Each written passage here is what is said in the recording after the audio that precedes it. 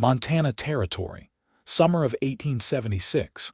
Just outside the town of Red Bluff, the sun was barely up when the rider came loping over the ridge, dust rising behind his horse like smoke from a prairie fire.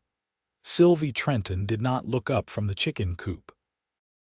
Her hands, scabbed and calloused, moved slow and steady as she scattered feed across the dirt. The hens clucked around her boots. She kept her face turned slightly away, the left side hidden beneath the brim of her hat. No one rode out this far unless they were lost or looking for trouble. The rider reined in close. "You Sylvie Trenton." His voice was deep, worn from wind and time. She straightened stiff from the morning's work.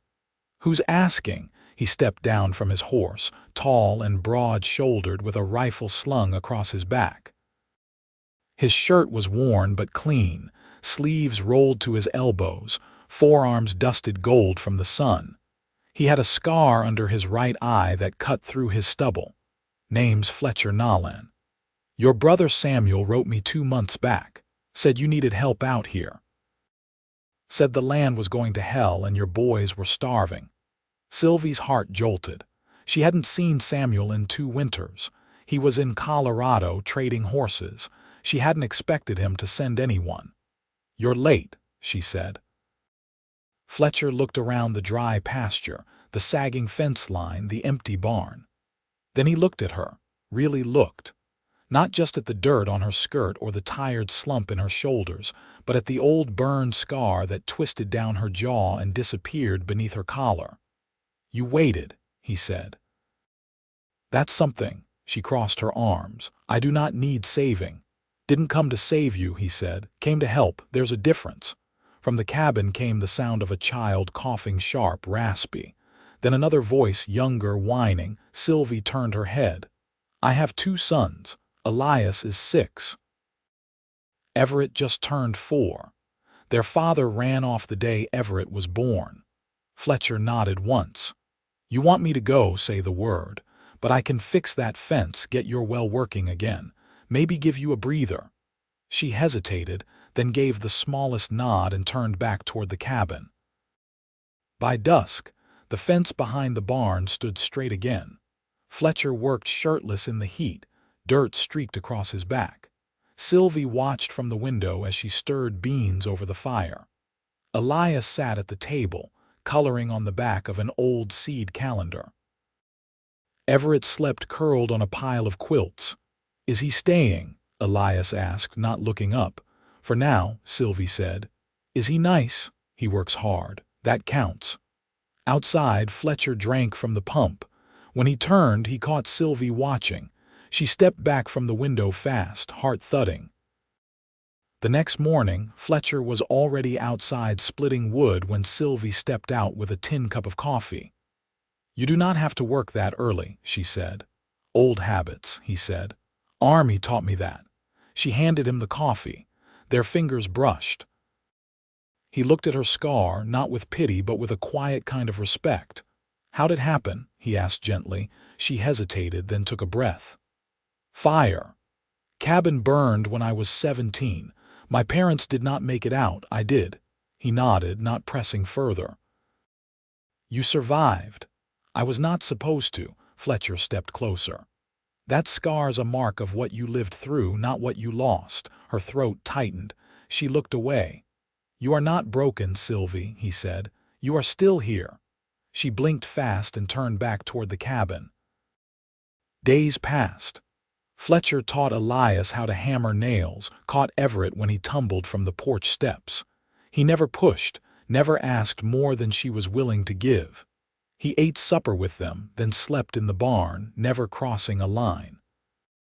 One evening, after the boys were asleep, Sylvie stepped outside to find Fletcher sitting by the fire, whittling a piece of driftwood. She sat beside him. The stars were out, wind soft through the grass. "My husband used to say I was too much work," she said quietly. "Too quiet. Too strange after the fire. He called me a ghost." Fletcher's hand stilled on the wood. "You are not a ghost," he said. "You are the strongest damn person I have ever met." She looked at him then, really looked. He met her eyes, steady and warm. "I do not know how to be close to anyone anymore," she said. "You do not have to know," he said. "You just have to want to try." She looked down at her hands, then back up. "I think I want to." He reached over and touched the side of her face, the scar. His thumb brushed it gently, like it was something sacred. "You are beautiful, Sylvie, not in spite of the scar, because of it."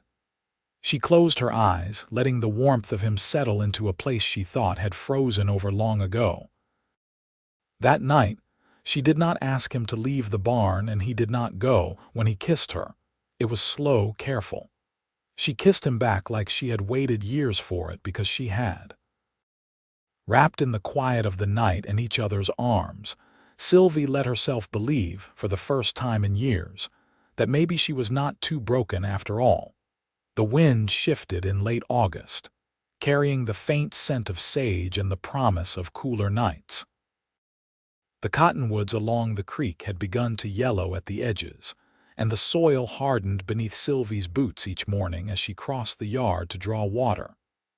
Fletcher had fashioned a new handle for the bucket, carved from the limb of a pine struck down in a windstorm the week prior. It fit her grip better than the old one ever had. She found Fletcher crouched beside the root cellar, hammering slats over a fresh frame. The cellar had caved in after a spring thaw years back. She'd kept it boarded since, unwilling to risk it with the boys nearby. "You plan on burying yourself in there come winter?" she asked, folding her arms. He looked up, sweat darkening the collar of his shirt. "Only if you're bringing supper down with me." She leaned against the post and let herself smile just a little. "I haven't kept food down there since Everett was still nursing." "Be ashamed to let it go unused," he said. "Cool air'll help the root vegetables last. Come frost, you'll be glad for it." She nodded once, then turned her gaze toward the hills. They rose soft and blue in the distance, haze clinging low in the valleys. The quiet between them wasn't tense anymore. It held something slower, steadier. "You ever plan on heading back out?" she asked. "Or is this just a stop on the way to something else?" He set the hammer down, resting his forearms on his knees. "I've ridden enough trails to know most of them lead back to empty places. This is the first one that doesn't." Sylvie looked down at the dirt, her thumb brushing the scar along her jaw without thinking. A meadowlark called from the fence post. Inside, Everett's voice rose in a sing-song hum. "I know what it's like," Fletcher said after a moment. "Not to plan past tomorrow." She met his eyes. "You lose someone, my sister, Caroline. Fever took her when I was 19. After that, I joined up. Figured if I kept moving, maybe I wouldn't have to think so much. And did it work, for a while. Then the quiet started following me." She stepped closer, close enough to see the line of dust beneath his jaw, the faint crease between his brows. "Why'd you answer Samuel's letter?" she asked. He took a long breath. "I'd been drifting through Wyoming, working a cattle string headed east. One night in camp, I read that letter by firelight, something about the way he wrote your name. It felt like I was supposed to know you, like I'd missed something important and I wasn't gonna miss it again." Sylvie's breath caught. She looked away quickly, but her voice stayed steady. "I didn't expect anyone to come." "I know," he said. "That's why I did." Later that night, she found the boys asleep in a tangle of limbs and blankets, Everett's hand curled around his brother's shirt. She tucked the quilt tighter around them, brushing Elias's hair from his forehead. Outside, moonlight silvered the yard. Fletcher was at the porch rail, sharpening a blade by feel more than sight. She stepped out quietly, wrapping the shawl tighter around her shoulders. "I didn't realize how tired I was," she said. "Until I wasn't alone." He didn't stop working, but his voice was low and sure. "You've carried more than most. Tired's bound to come with it." She leaned beside him, their arms barely brushing. The knife in his hands gleamed briefly, then stilled. I used to think if I let anyone in, it'd all fall apart, she said. That if someone saw the cracks, they'd run. I'm not running, he said. I know, she whispered. That's what scares me. He turned to her then, slow and deliberate. You don't have to be afraid of being loved, Sylvie. Not by me. She met his gaze and something in her chest loosened. She reached for his hand, wrapping her fingers around his calloused ones. I'm not ready to say everything, she said. You don't have to, he replied. Just stay beside me. That's enough. The stars wheeled overhead, and the wind rustled through the cottonwoods like a hush settling over the land. Sylvie let herself lean into him, her head resting against his shoulder, and for the first time in years, she didn't brace for the world to fall apart. The frost came early that year. The first hard freeze crept in beneath the doorframe before October's end, turning the morning wash basin to ice and crisping the edges of the grass like sugar on a rim. Sylvie pulled Everett's coat tighter around his small shoulders as they stepped outside. Fletcher was kneeling beside the wagon axle, his breath rising in white clouds as he fit the new wheel pin into place. He'd been working on it since before dawn. Sylvie had heard the rhythmic tapping through the wall while she nursed Everett back to sleep after a nightmare. I can fetch the eggs before the sun's up next time, she said, crouching beside him. He glanced over but didn't stop working. You don't need to do everything alone anymore. I know how to patch a wheel same as you. I don't doubt it. He tested the wheel's spin, then stood. But I like having something to do, makes me feel like I belong here. You do. She said it without thinking, then looked down quickly. The boys count on you, I do too. Fletcher wiped his hands on his trousers and leaned back against the wagon. I've been thinking about building a smokehouse behind the cabin. We could keep meat longer through the winter, maybe trade some. She studied the slope behind the woodpile. Wouldn't be hard to dig into the hillside. You'd need rock from the creek. I can take Elias with me this afternoon. He's been asking for something to do, she nodded. He listens to you. He's a good boy. He just wants someone to see him. Sylvie looked toward the cabin window where a slice of light spilled across the sill. He stopped asking where his father went last year. Just stopped like it never mattered. Fletcher's voice was quiet. Sometimes not getting an answer is the answer. She stood slowly, brushing the dirt from her palms. I don't want them to grow up wondering if they were too much trouble to love. They won't, Fletcher said.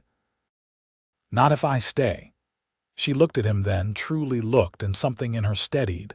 You're still not sure, I'm sure, Sylvie. I just didn't want to press before you were. She held his gaze. I've lived by myself for so long, I forgot what it felt like to trust someone to stay.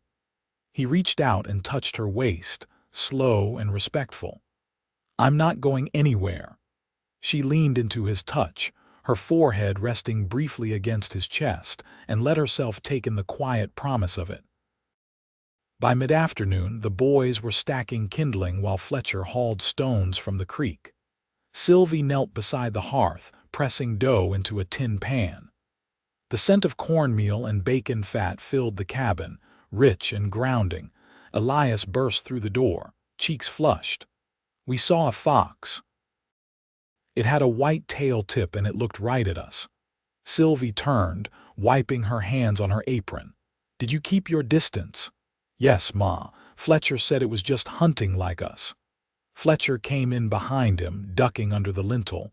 Thought I might show him how to set a snare tomorrow. Not to catch it, just to know. Everett reached up for him and Fletcher lifted the boy easily. Sylvie watched as Everett rested his head against Fletcher's shoulder without hesitation. That night, after the boys were asleep, Sylvie stepped outside with a folded blanket over her arm. She found Fletcher sitting on the porch rail, his hat tilted back as he watched the sky. She draped the blanket over his shoulders. You'll catch cold out here. He tugged one side open. There's room for two. She hesitated, then sat close beside him, their hips touching. The stars felt closer than usual, the air sharp and still. "I think sometimes," she said, "that if I hadn't been burned, I would have become someone else entirely." "You might have," he said, "but I don't think she'd have known how to raise two boys alone, or keep a farm alive with nothing but grit and a stubborn heart." She turned her head slowly. "You think I have a stubborn heart? I think it's the most beautiful thing about you." She felt the heat rise to her cheeks and didn't look away. "You don't see it, do you?" he asked. "That you're the strongest woman I've ever known." "I never wanted to be strong, I just didn't have a choice." "Maybe not, but you made one, every day, and that's worth more than anything." She reached for his hand, twining her fingers with his. "You make it easier, not lighter, but easier." He leaned in then, slow and sure, and kissed her beneath the stars. It wasn't rushed or uncertain, it was a vow, quiet and steady, like everything he did. When she pulled back, her voice was barely a whisper. "I'm not afraid anymore." He looked at her like she'd just handed him something precious. "Then let's build something that lasts." And there, beneath the wide Montana sky, with the scent of wood smoke in the air and the hush of sleeping children inside, Sylvie Trenton finally let herself believe in a life that could hold her scar and all. The snow held off longer than expected, but the air turned brittle enough that even the hens stopped laying. Fletcher hung a thick canvas over the cabin's doorframe to keep the draft from curling around the boys' beds. Sylvie lined the walls with extra quilts and stitched wool into the boys' mittens by lanternlight after they'd gone down each night. The rhythm of the days shifted. Work moved indoors, mending harnesses, boiling lye soap, drying herbs Fletcher brought home from the ridge. He'd started rising later, letting the boys climb over him in their wool socks while the fire caught. Sylvie would listen from the kitchen, her lips pressed together against the ache that came from watching a life knit itself quiet and whole around her. One morning, while Everett napped and Elias practiced his letters at the table, Sylvie stepped outside alone. The wind had settled into stillness, and the sky stretched pale and cloudless.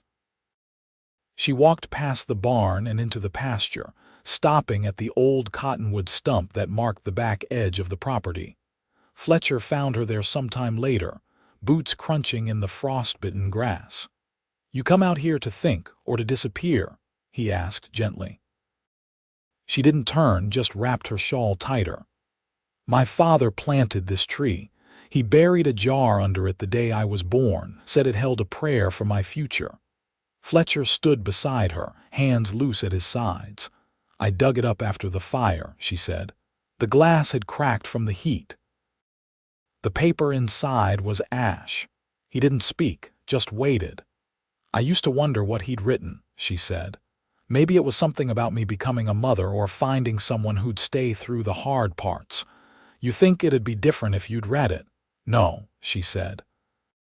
"But I think I might have needed to believe someone had hoped something good for me." Fletcher reached down, brushing his fingers over the scarred bark. "I'd wager he didn't need to write it. He just lived it. Built a place for you and trusted you'd carry it forward." She looked at him, her voice low. "Do you think it's enough? What we're building here?" "I don't think," he said. "I know." They walked back in silence, the kind that didn't press or pull, just held steady. That night, after the boys fell asleep with their feet tangled under the quilt, Sylvie brought out the cedar box from beneath her bed. She hadn't opened it in years. Inside were small things: her mother's thimble, a scrap of ribbon from a bonnet long gone, and a folded drawing Elias had made the year before, stick figures holding hands beneath a crooked sun. She handed the box to Fletcher. "I haven't saved much," she said. "But these are the pieces I couldn't let go." He took it carefully, setting it on his knee. His thumb brushed along the edge of the ribbon. "I want to make more room," she said. "For new things, for us." Fletcher looked up, something unspoken moving behind his eyes. "I don't have a ring," he said, but I've got two good hands and a heart that's been yours since the day I rode up that hill." Sylvie stepped closer, her voice catching. "I never thought anyone would want to build a life with someone like me." He reached for her hand, pressing it against his chest. "You're not someone like anything. You're you, and that's exactly who I want." She didn't cry. She just leaned into him, her face against his neck, and let the warmth of his promise settle into the hollows she'd carried too long. When the snow finally came, it blanketed everything in silence. Fletcher built the smokehouse with Elias, stone by stone, while Everett carried kindling in his arms no bigger than bundled firewood. Sylvie baked bread with dried apple and cinnamon bark, and laid an extra quilt across the doorway when the wind howled. One evening she pulled a small length of white muslin from a sack and laid it across the table. "What's that for?" Fletcher asked. She ran her hand down the fabric's edge. "A dress. Not a fancy one, just something simple. For when we stand together and say it out loud." He came up behind her, wrapping her in his arms. "You won't need lace. You've already got everything that matters." Sylvie closed her eyes and let herself believe it. Not because he said it, but because she felt it now in the way he looked at her when she wasn't speaking, in how the boys reached for his hand without hesitation, in the quiet peace that had settled into her bones. They weren't waiting for life to begin. It already had. And for the first time since the fire, she didn't feel like she was surviving it. She was living it. And she was loved. The wedding took place the week after the first heavy snow. Fletcher laid cedar branches across the cabin porch, and Sylvie sewed a wide hem at the bottom of her muslin dress so it wouldn't ride up in the wind. Elias carried a bundle of dried wildflowers, picked before the frost, and Everett kept hold of Fletcher's trouser leg like he was afraid the man might still vanish if not anchored. They said their vows with the mountains watching, the sun low but steady behind them. No preacher came. They didn't need one. Sylvie's hand in Fletcher's and the boys standing close was enough to mark the day as sacred. Afterward, Sylvie spooned venison stew into warm tin bowls while Fletcher poured cider into cups that didn't match. The cabin glowed with firelight and the smell of pine resin. No one raised a glass or made a toast. There was only the sound of Everett's quiet humming and Elias asking for more bread. Later that night, with the boys asleep and the wind pressed like a hush against the windows, Sylvie sat on the edge of the bed, brushing her hair back with slow, even strokes. Fletcher watched her from the doorway, arms crossed, his shirt open at the collar. "You ever think we'd come to this?" he asked. She set the brush down and held his gaze in the dim light. "I never let myself think that far." "You see it now," she nodded. "I see everything now. And I want all of it." He crossed the room and knelt beside her. "You've given me more than I had any right to hope for." She took his face in her hands, fingers brushing the scar beneath his eye. "You didn't stumble into this, Fletcher. You chose it. Chose us." He kissed her palm, then rose and pulled back the quilt. They lay down together, nothing hurried, nothing uncertain. The silence between them held no weight anymore, only warmth. By late winter, the smokehouse was full, and Elias had learned how to cut potatoes without slicing his thumb. Fletcher built a sled from scrap wood, and the boys took turns racing each other down the slope behind the barn while Sylvie stitched new soles into Everett's boots. One morning, Fletcher returned from town with a parcel wrapped in newsprint and tied with butcher's twine. Sylvie opened it slowly, revealing a length of soft wool the color of creekstone and a tin of lavender salve. "For your hands," he said. "And the wool's for a new shawl. Thought you deserved something finer than patched skirts."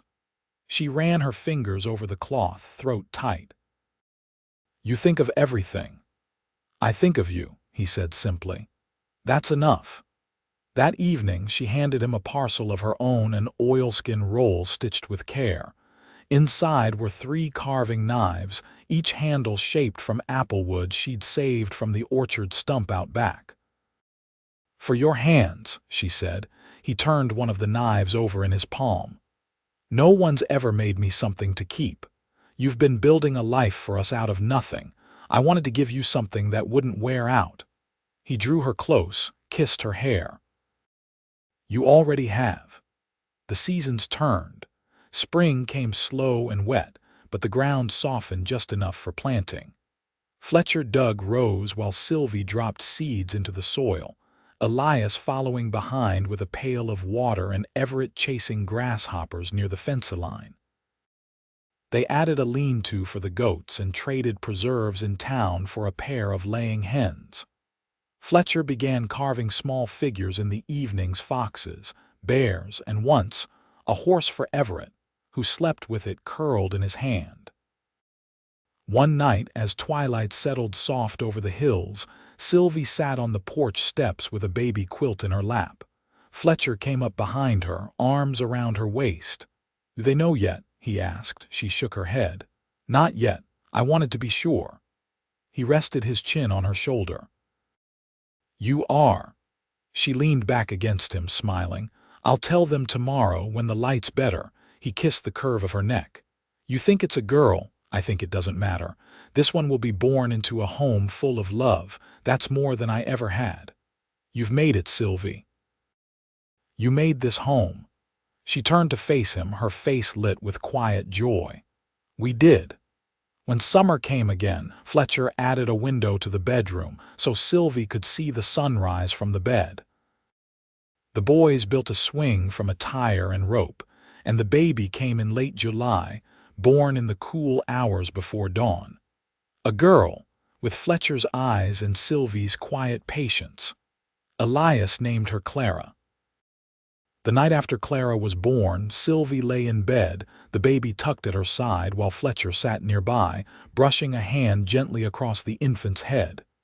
"She's got your mouth," he said. Sylvie smiled, eyes half closed. "Poor thing.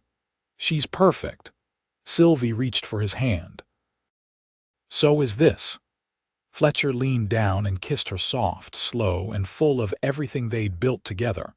Outside, the air was warm and still, the cottonwoods full again, and the sky wide with stars.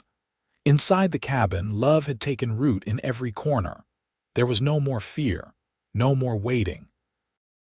Only the life they'd made, steady as the land beneath them, and the promise of tomorrow in the breath of a sleeping child.